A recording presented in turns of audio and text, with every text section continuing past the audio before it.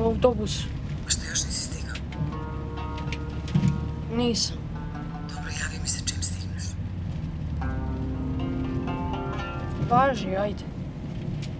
Jesi jeo nešto? Jeo sam, slušam muziku sad, ajde zvaću te posle kad stignem. Darik, nemoj da se brineš, sine.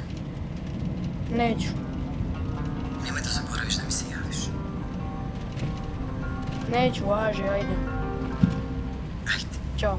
ajde, ljubite, majka.